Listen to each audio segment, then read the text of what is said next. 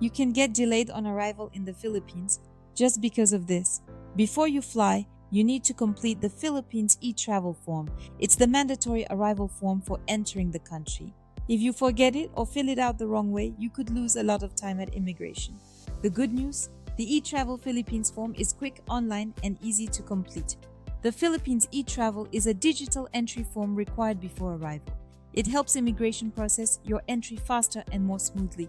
The easiest way is to prepare your eTravel in advance so you don't leave everything to the last minute.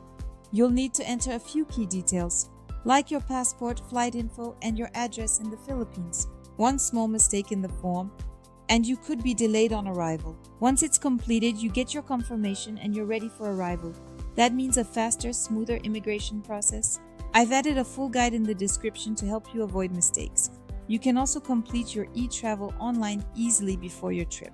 Complete your eTravel before you leave and make your arrival in the Philippines much easier. If you have a question, drop it in the comments.